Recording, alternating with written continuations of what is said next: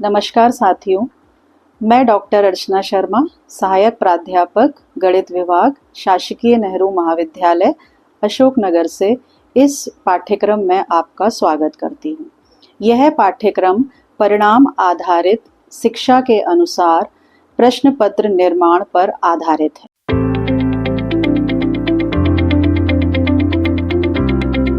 इस पाठ्यक्रम को पूरा पढ़ने और समझने के बाद हम परिणाम आधारित शिक्षा के अनुसार प्रश्न पत्र की गुणवत्ता और विशेषताओं को जान सकेंगे, विभिन्न प्रकार के प्रश्नों की जानकारी प्राप्त कर सकेंगे, ब्लूम की टैक्सोनॉमी के अनुसार प्रश्नों के विभिन्न स्तरों का ज्ञान हासिल कर सकेंगे, प्रश्न पत्र में अंकों का निर्धारण स्पेसिफिकेशन टेबल के द्वारा कर सकेंगे और प्रश्न पत्र के महत्वपूर्ण भागों की जानकारी प्राप्त कर सकेंगे।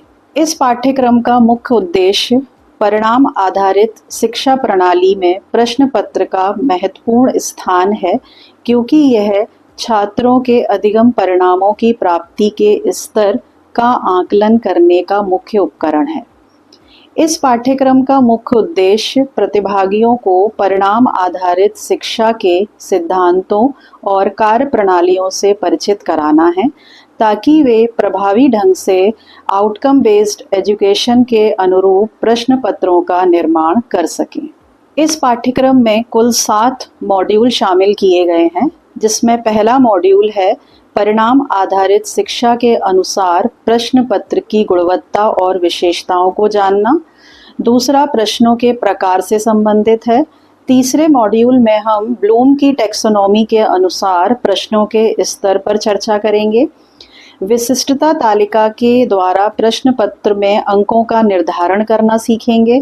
5वें मॉड्यूल में हम प्रश्न पत्र के विभिन्न भागों के बारे में जानकारी हासिल करेंगे। 6ठे मॉड्यूल में परिणाम आधारित शिक्षा के अनुसार प्रश्न पत्र का एक उदाहरण और छात्र प्रक्रिया पर चर्चा करेंगे। अंत में हम इस पूरे पाठ्यक्रम का मूल्यांकन करेंगे।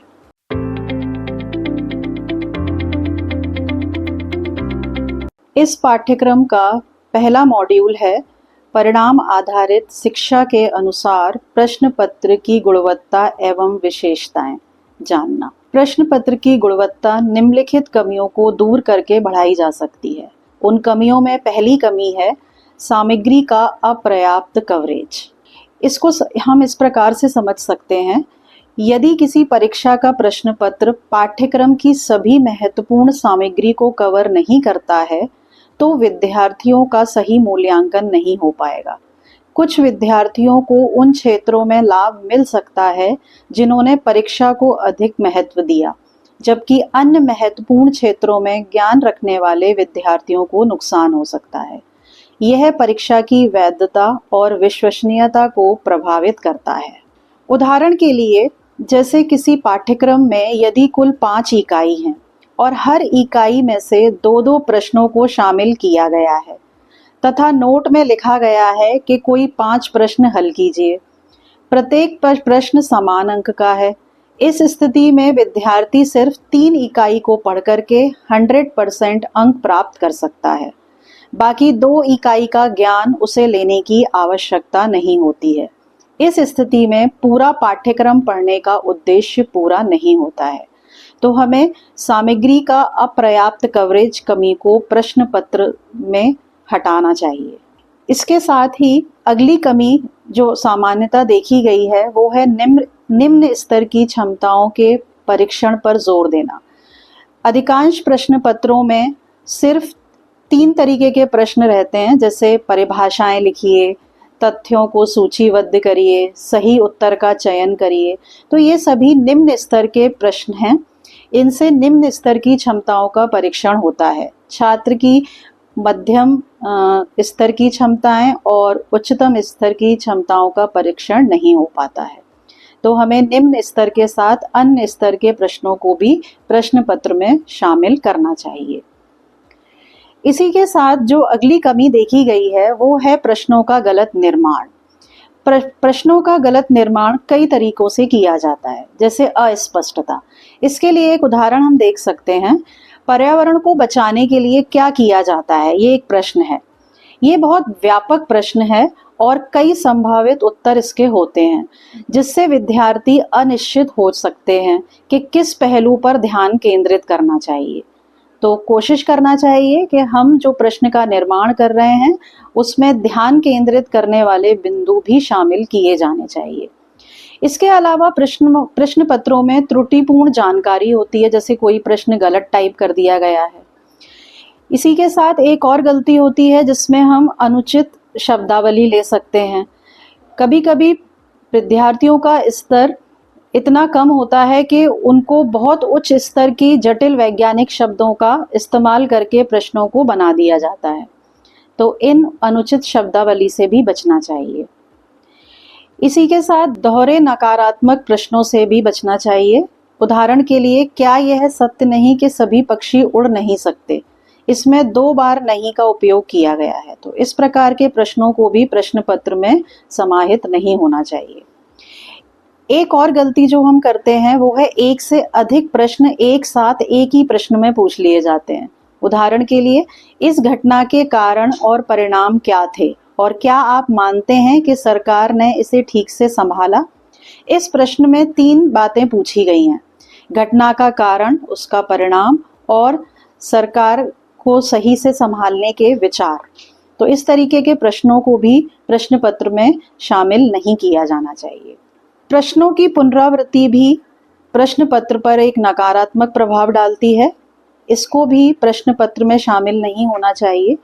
अक्सर ऐसा देखने में आता है कि एक ही प्रश्न पत्र में एक प्रश्न अति लघु उत्तरीय प्रश्नों में भी दिया होता है और वही प्रश्न दोबारा दीर्घ उत्तरीय प्रश्नों में भी दिया जाता है। प्रश्नों की पुनरावृत्ति एक अवांछनीय अभ्यास है जो मूल्यांकन की गुणवत्ता को कम करता है। प्रश्न पत्र बनाते समय सावधानी और योजना बनाकर इससे बचा जा सकता है, ताकि विद्यार्थियों का निष्पक्ष और वैध मूल्यांकन सुनिश्चित किया जा सके। पाठ्यक्रम की गुणवत्ता को बढ़ाने के लिए हमें पाठ्यक्रम के बाहर से प्रश्नों का निर्माण नहीं करना है। सामान्यतः यह देखा गया है कि पाठ्यक्रम के बाहर से प्रश्न निर्माण एक गंभीर त्रुटि है जो मूल्यांकन प्रक्रिया की निष्पक्षता, वैधता और विश्वसनीयता को कमजोर करती है। यह विद्यार्थियों के लिए निराशाजनक और अन्यायपूर्ण हो सकता है। इसलिए प्रश्न पत्र बनाते समय पाठ्यक्रम की सीमाओं का सख्ती से पालन करना महत्वपूर्ण हो जाता है। अनुचित अंक आवंटन, ये भी एक बहुत बड़ी त्रुटि है जो प्रश्न पत्र में देखी जा सकती है। कई प्रश्न पत्रों में अंकों का विभाजन उचित तरीके से नहीं किया जाता है, जैसे निम्न स्तर के प्रश्नों को अधिक अंक दे देना और उच्च स्तर के प्रश्नों को कम अंक देना। इसी के साथ इसमें एक कमी और देखी जाती है कि प्रश्न पत्र में एक प्रश्न के 3 या 4 भाग दिए जाते हैं और जैसे वो 20 अंक का प्रश्न बनाया जाता है तथा सभी भागों का अंक आवंटन नहीं किया जाता। इस स्थिति में प्रश्न के स्तर के अनुसार अंकों का उचित विभाजन नहीं हो पाता। मूल्यांकनकर्ता बराबर अंक सभी भागों को मान करके मूल्यांकन कर देते हैं। संख्यात्मक प्रश्नों को हल करने में स्टेप मार्किंग नहीं दी जाती है, जबकि यह देनी चाहिए। इस स्थिति में मूल्यांकनकर्ता अपने हिसाब से स्टेप मार्किंग कर देता है। तो अगर प्रश्न पत्र की गुणवत्ता बढ़ानी है तो उचित अंक आवंटन प्रश्न पत्र में दिया जाना चाहिए। इसी के साथ एक और गलती प्रश्न पत्र में देखी जाती है कि प्रश्न पत्र को अत्यधिक लंबा बनाया जाता है। इसके कई कारण हैं। पहला ये हो सकता है कि किसी प्रश्न पत्र में प्रश्नों की संख्या इतनी अधिक है कि विद्यार्थियों को दिए गए सीमित समय में सभी प्रश्नों को हल करना व्यवहारिक रूप से असंभव हो जाता है। दूसरा कारण ये हो सकता है कि सामान्य प्रश्न पूछे जाने पर विभिन्न स्तर के विद्यार्थी उसका उत्तर अलग अलग तरीके से देते हैं। कई विद्यार्थी संक्षेप रूप में लिखते हैं और कई विद्यार्थी विस्तार से लिखते हैं। अतः इस कमी को दूर करने के लिए प्रश्न पत्र में स्पष्ट रूप से चाहे गए बिंदुओं को अंकित करना चाहिए। प्रश्न पत्र में व्याकरण संबंधी गलतियों से भी बचना चाहिए। व्याकरण संबंधी गलतियां होने के संभावित कारण हो सकते हैं प्रश्न पत्र निर्माता की भाषा पर कमजोर पकड़, जल्दीबाजी में प्रश्न पत्र बनाना, प्रूफ रीडिंग की कमी, तकनीकी त्रुटियां, विभिन्न स्रोतों से प्रश्नों का संयोजन करके एक नया प्रश्न पत्र बना देना, भाषा अनुवाद में त्रुटि होना। तो इन त्रुटियों को भी प्रश्न पत्र से अगर हटा दिया जाए तो प्रश्न पत्र की गुणवत्ता को बढ़ाया जा सकता है। तो इस प्रकार हमने देखा कि कौन कौन सी कमियां हो सकती हैं जो प्रश्न पत्र की गुणवत्ता को बढ़ाने के लिए दूर की जा सकती हैं। अब हम बात करेंगे प्रश्न पत्र की विशेषताओं पर। एक अच्छे प्रश्न पत्र में कई विशेषताएं होती हैं जो यह सुनिश्चित करती हैं कि विद्यार्थी का निष्पक्ष, वैध और विश्वसनीय मूल्यांकन हो सके। ये विशेषताएं परिणाम आधारित शिक्षा के सिद्धांतों के अनुरूप होनी चाहिए। आइए प्रश्न पत्र की विशेषताओं के बारे में जानकारी हासिल करते हैं। पहली विशेषता, प्रश्न पत्र में प्रश्न अधिगम परिणामों से संरेखित होने चाहिए। एक प्रश्न पत्र का प्रत्येक प्रश्न पाठ्यक्रम या इकाई के विशिष्ट अधिगम परिणामों को मापने के लिए डिजाइन किया जाना चाहिए। प्रश्न पत्र में व्यापकता होनी चाहिए। इसका अर्थ है प्रश्न पत्र को पाठ्यक्रम की सभी महत्वपूर्ण विषय वस्तु और अवधारणाओं को कवर करना चाहिए ताकि विद्यार्थियों के ज्ञान का समग्र मूल्यांकन हो सके। इसी के साथ अगली प्रश्न पत्र की विशेषता है संतुलन। प्रश्न पत्र में आसान, मध्यम और कठिन प्रश्नों का मिश्रण होना चाहिए। इसी के साथ प्रश्न पत्र में विभिन्न प्रकार के प्रश्नों जैसे बहुविकल्पीय, लघु उत्तरीय, दीर्घ उत्तरीय, केस स्टडी, समस्या समाधान आधारित प्रश्नों को समाहित करना चाहिए। इस प्रकार से हम प्रश्न पत्र का संतुलन बढ़ा सकते हैं। प्रश्न पत्र वैधतापूर्ण होना चाहिए। इसका अर्थ है कि प्रश्न पत्र का एक उद्देश्यपूर्ण मूल्यांकन हो। उदाहरण के लिए, यदि किसी गणित परीक्षा का उद्देश्य छात्रों की बीजगणित कौशल का आकलन करना है तो प्रश्नों को विशेष रूप से बीजगणितीय अवधारणाओं को मापने वाला होना चाहिए। वैधता का एक दूसरा अर्थ ये भी है कि विषय वस्तु से प्रासंगिकता प्रश्नों में होनी चाहिए। उदाहरण के लिए, किसी इतिहास के प्रश्न पत्र में ऐसे प्रश्न नहीं होने चाहिए जो गणित और विज्ञान से संबंधित हो। तो प्रश्न पत्र की वैधता पर भी ध्यान दिया जाना चाहिए। प्रश्न पत्र की अगली विशेषता विश्वसनीयता है। यदि एक ही विद्यार्थी समान परिस्थितियों में एक ही प्रश्न पत्र को दोबारा हल करता है तो उसके अंकों में महत्वपूर्ण अंतर नहीं होना चाहिए। इसका मतलब ये है कि हमारा प्रश्न पत्र या हमने जो प्रश्न डिजाइन किए हैं वो विश्वसनीयता को रखते हैं। प्रश्न पत्र की अगली विशेषता है स्पष्ट निर्देश और अंक आवंटन।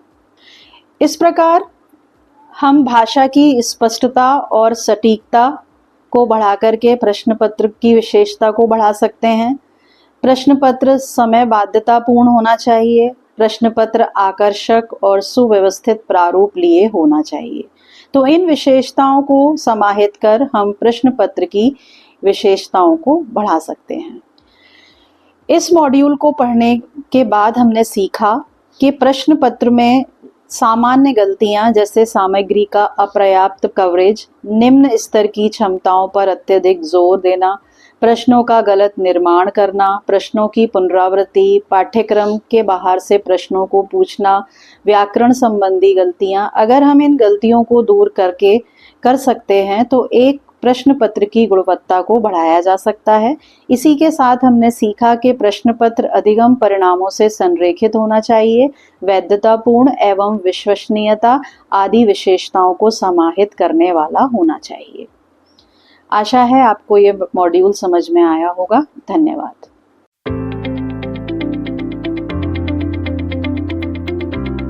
परिणाम आधारित प्रश्न पत्र के निर्माण संबंधी प्रथम मॉड्यूल में हमने प्रश्न पत्र की गुणवत्ता और विशेषताओं पर चर्चा की।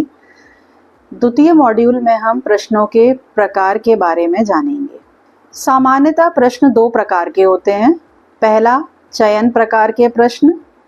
ये वे प्रश्न होते हैं जिनमें विद्यार्थियों को दिए गए विकल्पों में से सही उत्तर का चयन करना होता है। और दूसरे प्रकार के प्रश्न हैं पूर्ति प्रकार के प्रश्न। ये वे प्रश्न होते हैं जिनमें विद्यार्थियों को स्वयं उत्तर लिखकर जानकारी की पूर्ति करनी होती है। इनमें विद्यार्थियों को विकल्पों में से चुनने की बजाय अपने ज्ञान और समझ के आधार पर उत्तर देना होता है। चयन प्रकार के प्रश्नों के कुछ उदाहरण यहाँ पर दिए गए हैं, जिसमें पहला है बहुविकल्पीय प्रश्न, सही गलत प्रश्न, मिलान वाले प्रश्न, रिक्त स्थान भरें। रिक्त स्थान भरे वाले प्रश्नों में भी उदाहरण के तौर पर भारत का एक राष्ट्रीय पशु डैश है। इसमें विकल्प दिए गए हैं कि बाघ, शेर, हाथी, घोड़ा। तो इन विकल्पों में से विद्यार्थियों को चयन करना है सही ऑप्शन का और यहाँ पर लिखना है। अभिकथन और कारण प्रकार के प्रश्न, तो इन प्रश्नों को इन्वॉल्व किया जाता है चयन प्रकार के प्रश्नों के लिए। पूर्ति प्रकार के प्रश्नों में पहला प्रकार है विस्तृत निबंध प्रकार के प्रश्न। विस्तृत निबंध प्रकार के प्रश्न ऐसे प्रश्न होते हैं जिनमें उत्तर विद्यार्थियों को विस्तार से निबंध के रूप में लिखने होते हैं। इन प्रश्नों में विद्यार्थियों से किसी विषय पर अपने ज्ञान, समझ, विश्लेषण और विचारों को सुसंगठित और विस्तृत तरीके से प्रस्तुत करने की अपेक्षा की जाती है। पूर्ति प्रकार के प्रश्न में दूसरा प्रश्न आता है सीमित निबंध प्रकार के प्रश्न। ये वे प्रश्न होते हैं जिनके उत्तर विद्यार्थियों को एक निश्चित समय सीमा के भीतर, जैसे शब्दों की संख्या, वाक्यों की संख्या या विशिष्ट पहलुओं पर ध्यान केंद्रित करते हुए निबंध के रूप में लिखनी होती है। ये प्रश्न विस्तृत निबंध प्रकार के प्रश्नों की तुलना में अधिक केंद्रित और संक्षिप्त होते हैं। पूर्ति प्रकार के प्रश्नों में अगला प्रकार है लघु उत्तरीय प्रश्न। इन प्रश्नों के उत्तर कुछ शब्दों या वाक्यों में देने होते हैं। ये विद्यार्थियों की समझ और संक्षिप्त रूप से व्यक्त करने की क्षमता का आकलन करते हैं। इसी प्रकार से रिक्त स्थान भरें, इस प्रकार के प्रश्नों को भी हम पूर्ति प्रकार के प्रश्नों में ले सकते हैं। बस शर्त ये रहेगी कि इनमें हम कोई विकल्प नहीं देंगे, सिर्फ रिक्त स्थान दे करके छोड़ देंगे। बच्चे अपनी समझ और ज्ञान से उन रिक्त स्थानों को स्वयं पूर्ण करेंगे। तो इस प्रकार हमने दो तरीके के प्रश्नों को सीखा, चयन प्रकार के प्रश्न और पूर्ति प्रकार के प्रश्न। अब समय है मूल्यांकन का। इस पूरे मॉड्यूल का सारांश अगर हम देखें तो हमने इस मॉड्यूल में पढ़ा कि चयन प्रकार के प्रश्न ज्ञान और समझ के स्तरों का आकलन करने के लिए प्रभावी रूप से उपयुक्त होते हैं। पूर्ति प्रकार के प्रश्न छात्रों की स्मरण शक्ति, समझ, अनुप्रयोग, विश्लेषण और रचनात्मक क्षमताओं का आकलन करने के लिए प्रयोग में लाए जाते हैं। मुझे आशा है कि इस मॉड्यूल में समाहित सभी बिंदु आपको समझ आए होंगे। इसी के साथ धन्यवाद।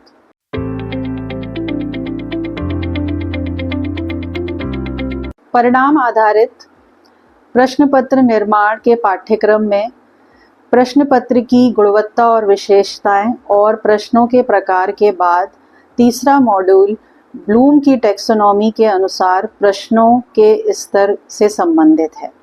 ब्लूम की टैक्सोनॉमी एक वर्गीकरण प्रणाली है जिसका उपयोग संज्ञानात्मक क्षेत्र या सीखने के उद्देश्यों को विभिन्न स्तरों में वर्गीकृत करने के लिए किया जाता है।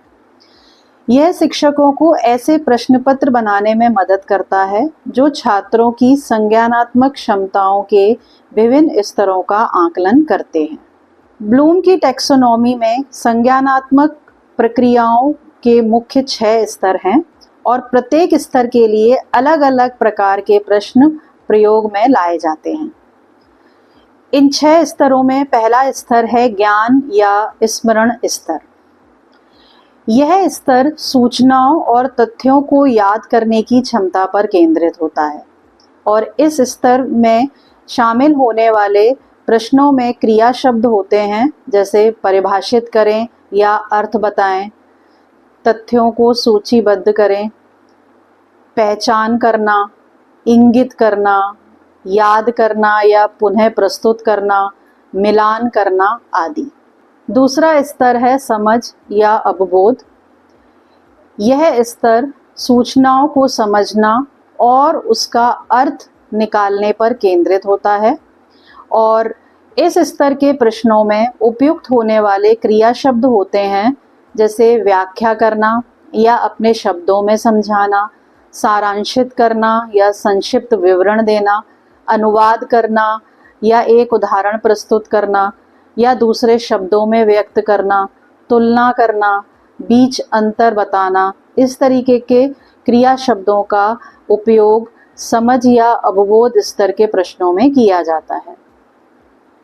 तीसरा स्तर होता है अनुप्रयोग या लागू करने वाला स्तर।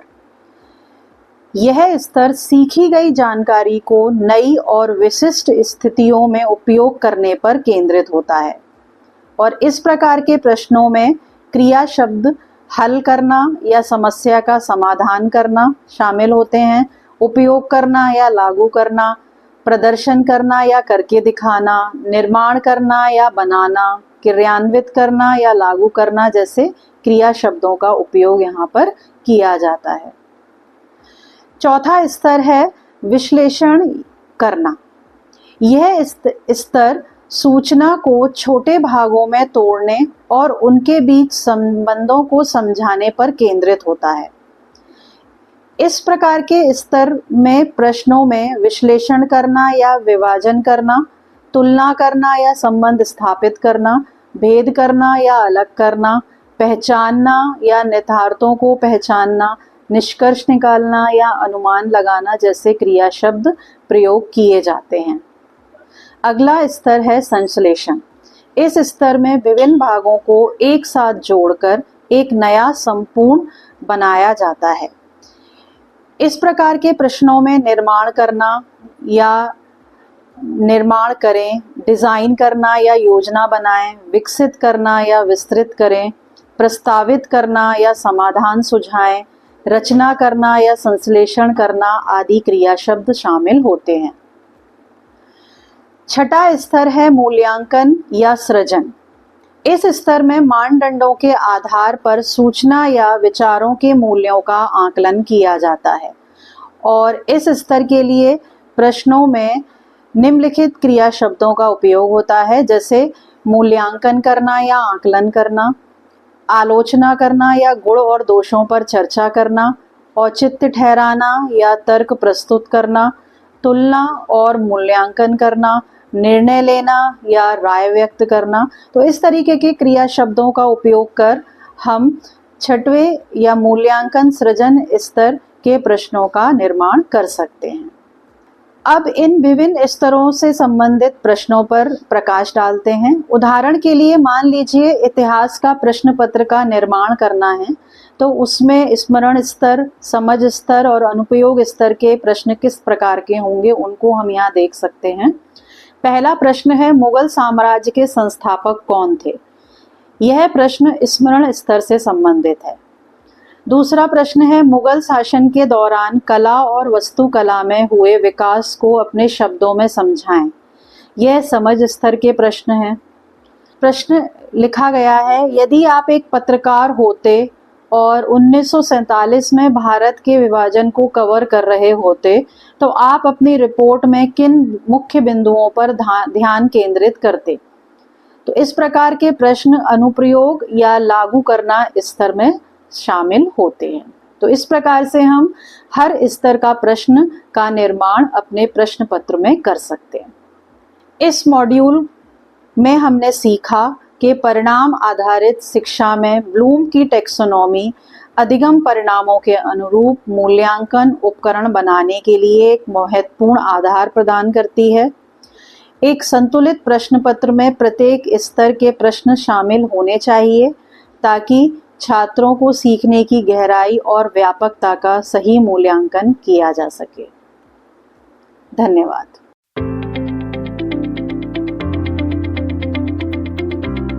परिणाम आधारित प्रश्न पत्र निर्माण का चौथा मॉड्यूल विशिष्टता तालिका द्वारा प्रश्न पत्र में अंकों के निर्धारण से संबंधित है।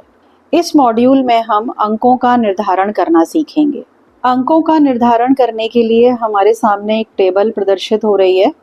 इस टेबल के अनुसार मान लीजिए हमें 30 अंक का कोई क्लास टेस्ट का निर्माण करना है और इसमें हमने सिर्फ एक ही इकाई को समाहित किया है और उस इकाई में कुल 3 टॉपिक हैं 1.1, 1.2 और 1.3।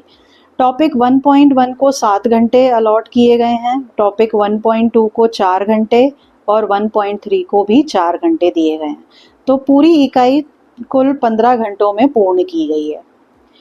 अब इन घंटों के हिसाब से हमें अंकों का निर्धारण करना है। इसके लिए हमने एक फॉर्मूला यहाँ पर डिज़ाइन किया है, जिसमें हमने टॉपिक के घंटे 7 उसको कुल घंटों से विभाजित कर प्रश्न पत्र के अंकों से गुणा करने के बाद हल किया तो हमें 14 अंक प्राप्त हुए।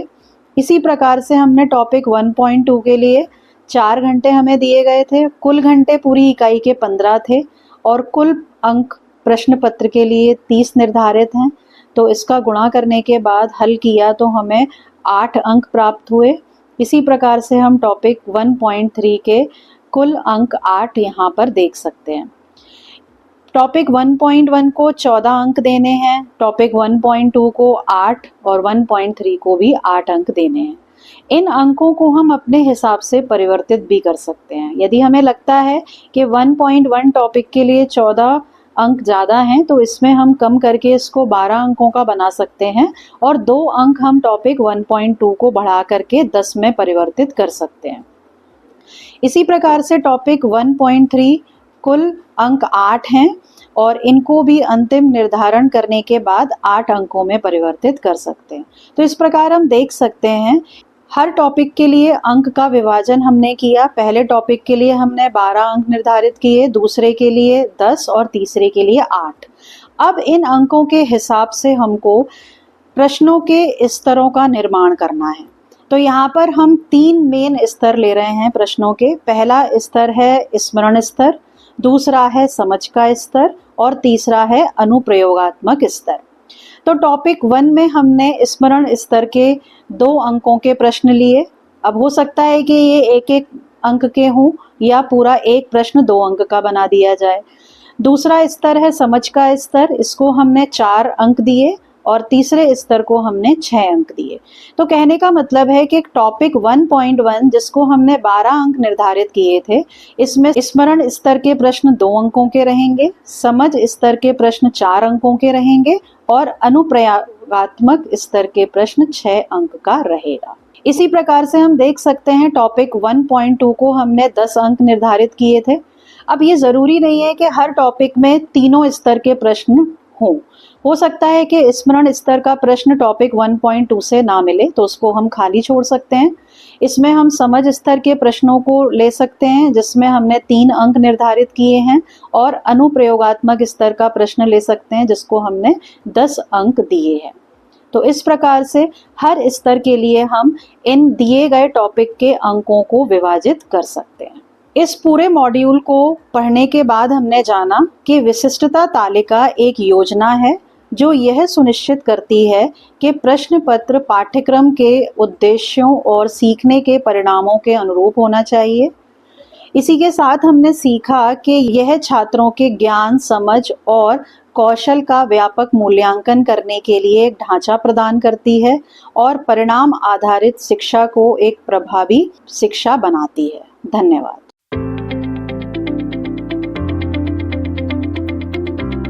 मॉड्यूल 4 में स्पेसिफिकेशन टेबल के अनुसार अंकों के निर्धारण करने के बाद अब हम मॉड्यूल 5 में प्रश्न पत्र के विभिन्न भागों के बारे में जानकारी हासिल करेंगे। प्रश्न पत्र के मुख्य भागों में पहला है सामान्य जानकारी, दूसरा प्रश्न पत्र में दिए गए निर्देश, तीसरा प्रश्न पत्र और चौथा अंक वितरण से संबंधित है। तो पहला सामान्य जानकारी जिसके बारे में हम बात कर रहे हैं, इसमें कॉलेज और विश्वविद्यालय का नाम होना चाहिए।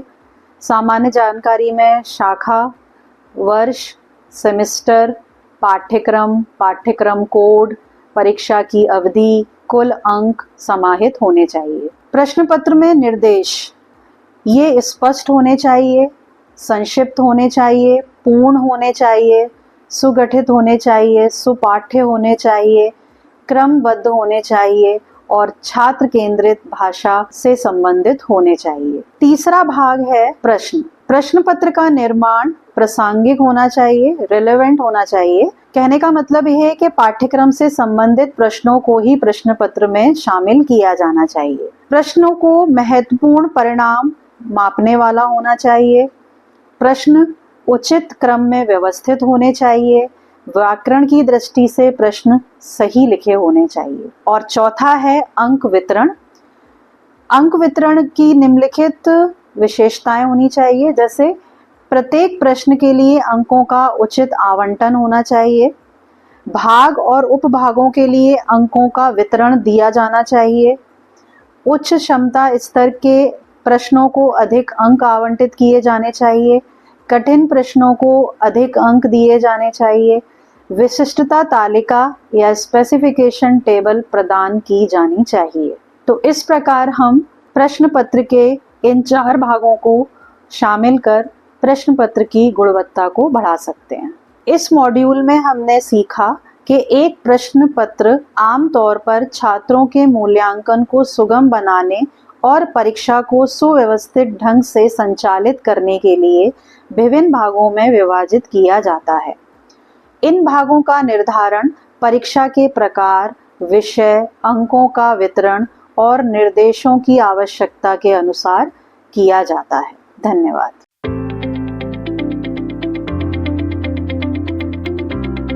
इस पाठ्यक्रम का छठा मॉड्यूल परिणाम आधारित शिक्षा के अनुसार प्रश्न पत्र का एक उदाहरण प्रस्तुत करता है और छात्रों की प्रतिक्रिया के बारे में जानकारी देता है। यहाँ पर हम एक प्रश्न पत्र का उदाहरण दे रहे हैं जो परिणाम आधारित शिक्षा के अनुरूप प्रश्न पत्र निर्माण से संबंधित है। यहाँ हमने उदाहरण के लिए एक प्रश्न पत्र का नमूना लिया है जिसमें अधिकतम अंक 50 हैं और इस प्रश्न पत्र को कुल 2 घंटे आवंटित किए गए हैं। हम देख सकते हैं कि यहाँ पर प्रश्न पत्र में निर्देशों को शामिल किया गया है। निर्देशों में हम देख रहे हैं कि सभी प्रश्न अनिवार्य हैं। कोष्टक में जो संख्या लिखी गई है प्रत्येक प्रश्न के लिए अंक दर्शाती है। CO1 का अर्थ यहाँ पर है पाठ्यक्रम परिणाम 1, CO2 का अर्थ है पाठ्यक्रम परिणाम 2 आदि। और सभी गणनाएं स्पष्ट रूप से दर्शाएं, इस तरीके के निर्देश प्रश्न पत्र में लिखे गए हैं। यह पाठ्यक्रम के परिणाम हैं जिस पर प्रश्न पत्र का निर्माण किया गया है। CO1, CO2, CO3, CO4 ये कोर्स आउटकम है जिस पर आधारित प्रश्न पत्र का निर्माण किया जाना है। इस प्रश्न पत्र में कुल 3 खंड दिए गए हैं। पहला खंड आ है जिसमें लघु उत्तरीय प्रश्नों को शामिल किया गया है।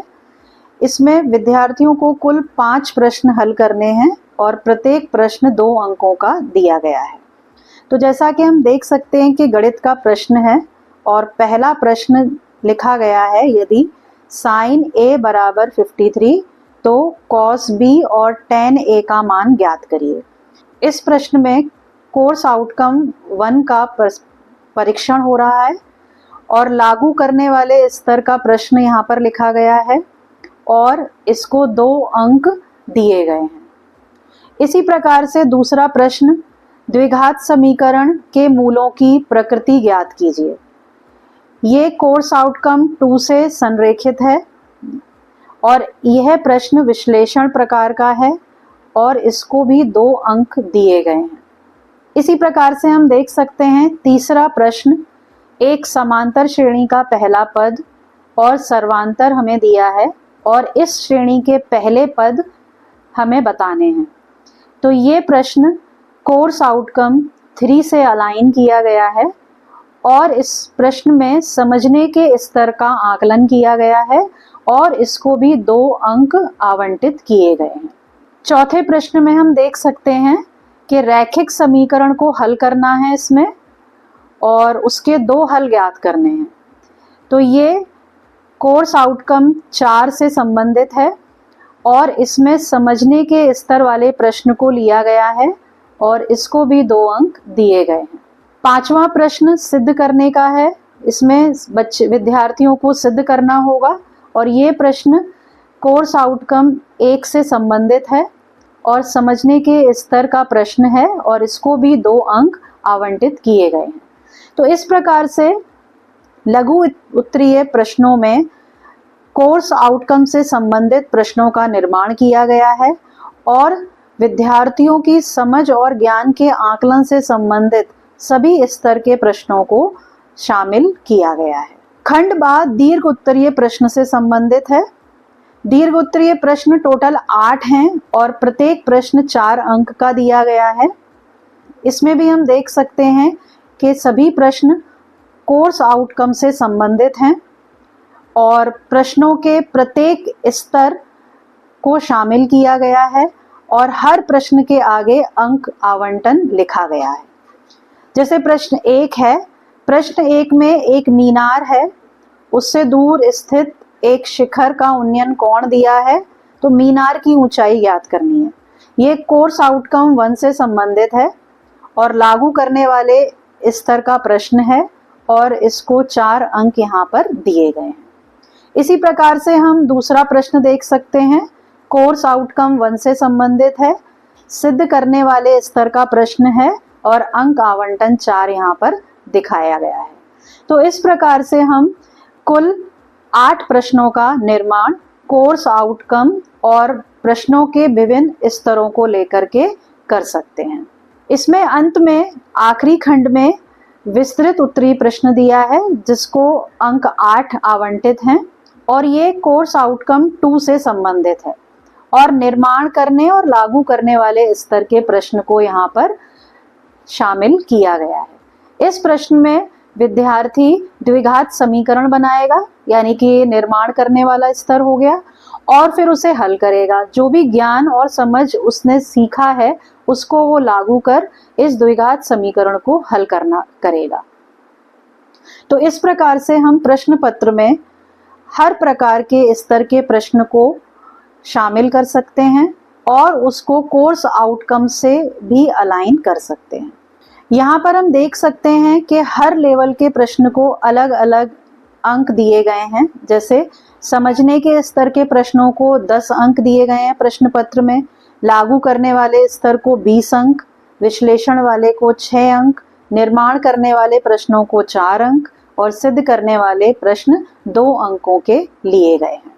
तो इस प्रकार हम प्रश्नों को अपने प्रश्न पत्र में शामिल कर परिणाम आधारित शिक्षा के अनुरूप बना सकते हैं। अंत में हम देखेंगे कि जो भी हमने प्रश्न पत्र बनाया है उसकी प्रतिक्रिया लेना बहुत जरूरी है। कक्षा परीक्षा के दौरान सर्वोच्च अंक प्राप्त करने वाले छात्र की उत्तर पुस्तिका सभी विद्यार्थियों को वितरित करें और उन्हें यह समझाएं कि किस प्रकार सही उत्तर लिखे जाते हैं ताकि आने वाली परीक्षाओं में विद्यार्थी बेहतर प्रदर्शन कर सकें। तो परिणाम आधारित शिक्षा के अनुरूप प्रश्न पत्र निर्माण की ये एक बहुत महत्वपूर्ण प्रक्रिया है जिसमें हमें विद्यार्थियों को उनके बेहतर प्रदर्शन के लिए प्रोत्साहित भी करना है। तो इस पूरे मॉड्यूल में हमने सीखा कि प्रश्न पत्र विभिन्न संज्ञात्मक स्तरों का आकलन करने के लिए डिजाइन किया जाता है। प्रत्येक प्रश्न को विशिष्ट पाठ्यक्रम परिणामों से जोड़ा जाता है।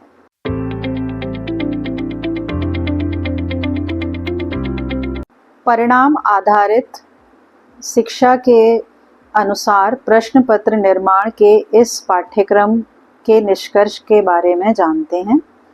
अभी तक हमने इस पूरे पाठ्यक्रम में जो पढ़ा उस पर चर्चा करते हैं। पहले मॉड्यूल में हमने OBE के अनुसार प्रश्न पत्र की गुणवत्ता और विशेषताओं के बारे में समझा।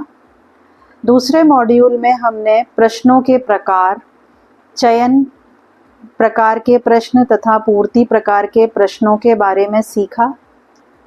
तीसरा मॉड्यूल ब्लूम के वर्गीकरण के अनुसार प्रश्नों के विभिन्न संज्ञानात्मक स्तरों जैसे ज्ञान, समझ, अनुप्रयोग, विश्लेषण, संश्लेषण और मूल्यांकन से संबंधित था। इस पूरे पाठ्यक्रम में हमने सीखा कि प्रत्येक प्रश्न और विषय वस्तु के लिए अंकों का आवंटन विशिष्टता तालिका के माध्यम से किस प्रकार किया जा सकता है और अंत में प्रश्न पत्र में शामिल विभिन्न अनुभागों जैसे निर्देश, कुल अंक, समय सीमा और विभिन्न प्रकार के प्रश्न आदि के बारे में जानकारी हासिल की। मुझे आशा है कि आपको इस पाठ्यक्रम में शामिल किए गए सभी मॉड्यूल समझ आए होंगे और अब आप एक परिणाम आधारित शिक्षा के अनुरूप प्रश्न पत्र का निर्माण करने में सक्षम हो सकेंगे। इस पाठ्यक्रम के अंत में एक प्रश्नोत्तरी आपको प्रदान की जाएगी। उसको सफलतापूर्वक उत्तीर्ण करने के बाद ही इस पाठ्यक्रम की पूर्णता मानी जाएगी और आपको इसका सर्टिफिकेट प्रदान किया जाएगा। धन्यवाद।